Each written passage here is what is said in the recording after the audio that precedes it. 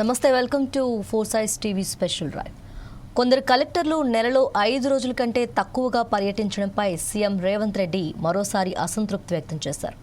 కలెక్టర్లు ప్రతి నెల కనీసం 10 రోజులు క్షేత్రస్థాయి పర్యటనకు వెళ్లాల్సిందేనని, లేకపోతే చర్యలు తప్పవని స్పష్టం చేశారు. జిల్లా కలెక్టర్గా పనిచేయడం ప్రతి అధికారికి ఒక గొప్ప అవకాశమని చెప్పారు. కలెక్టర్లుగా క్షేత్రస్థాయిలో పర్యటించకపోతే ఎప్పటికీ మీకు ప్రజల సమస్యలు అర్థం కావని, ప్రభుత్వానికి కళ్ళు చెవులు అధికారులేనని తెలిపారు. ప్రభుత్వానికి ప్రజలకు వారధిగా పనిచేయాలని సీఎం దిశానిర్దేశం చేశారు. అలాగే ప్రభుత్వం చేపడుతున్న ప్రజాపాలన ప్రగతి ప్రణాళిక కార్యక్రమాన్ని విజయవంతం చేయాలని జిల్లా కలెక్టర్లకు సీఎం పిలుపునిచ్చారు.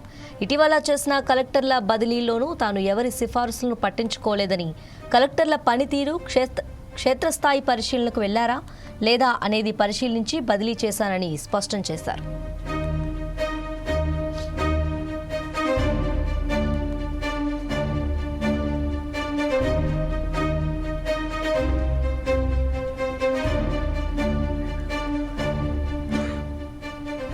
క్షేత్రస్థాయిలో పర్యటించకపోతే కలెక్టర్లకు ప్రజా సమస్యలు తెలియవని, నెలలో కనీసం 10 రోజులైనా గ్రామాల్లో పర్యటించాల్సిందేనని స్పష్టం చేశారు.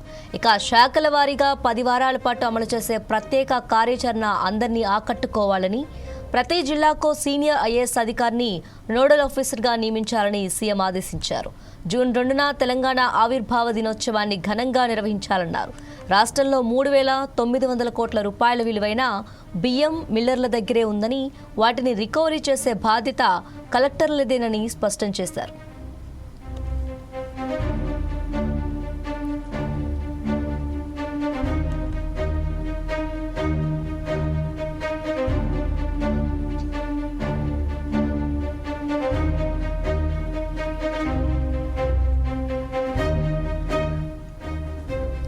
ఇక కొన్ని జిల్లాల్లో ఇసుక మాఫియా అక్రమ మైనింగ్ జరుగుతున్నట్లు సమాచారం ఉంది.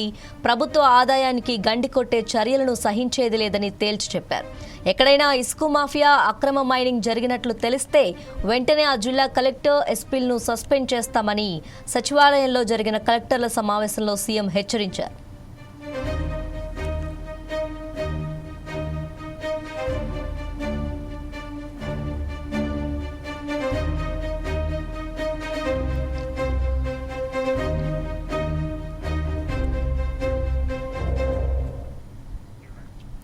రాష్ట్రంలోని ప్రతి ప్రభుత్వ పాఠశాలలో మధ్యాహ్న భోజనం పథకం అమలు బాధ్యతను ఓ అధికారికి ఇవ్వాలని సీఎం ఆదేశించారు.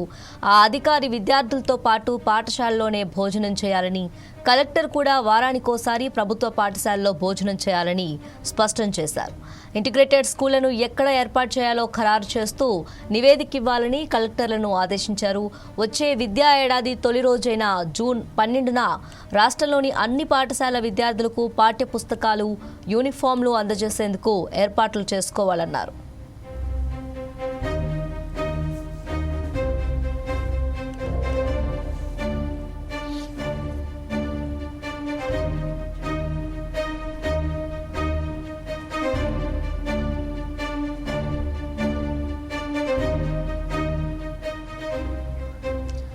అలాగే పేదలకు మెరుగైన వైద్యం అందించేందుకు ప్రణాళికలను రూపొందిస్తున్నామన్నారు. ఏటా సీఎంఆర్ఎఫ్ ఆరోగ్యశ్రీ కోసం దాదాపు 2,500 కోట్ల రూపాయలు ఖర్చు పెడుతుందన్నారు.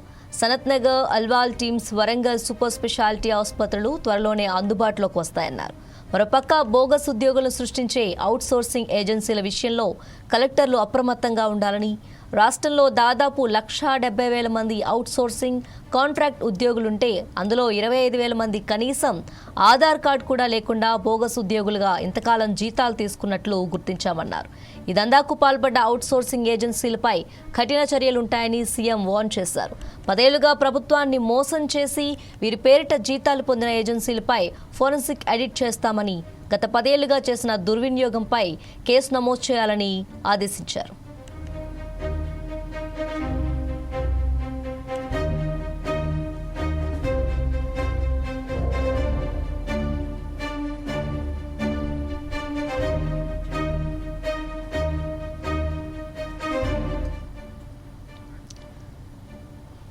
Regional ring road, future city, Mamnoor, Adilabad విమానాశ్రయం సహా ప్రభుత్వం చేపడుతున్న వివిధ ప్రాజెక్టులకు అవసరమైన భూసేకరణను వేగవంతం చేయాలని సీఎం ఆదేశించారు.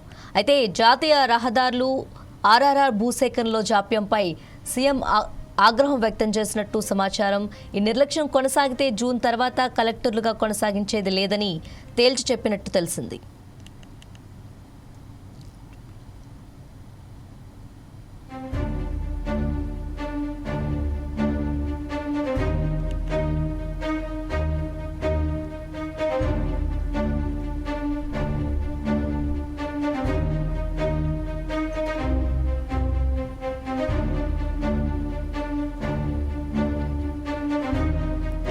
ఇకపైన ఇదే తీరుతో వ్యవహరిస్తామని పనితీరే అధికారులకు రక్ష అని తేల్చి చెప్పారు. ప్రభుత్వం మిమ్మల్ని నిశితంగా గమనిస్తుందన్నారు. మీరు మంచి పని చేస్తే అభినందిస్తాం, అలాగే వార్షిక పర్ఫార్మెన్స్ రిపోర్ట్ ఆధారంగా మీ పనితీరు తెలుసుకుంటామని రేవంత్ రెడ్డి తెలిపారు. జూన్లో కలెక్టర్ల పనితీరుపై మరోసారి సమావేశం నిర్వహిస్తామని సీఎం స్పష్టం చేశారు.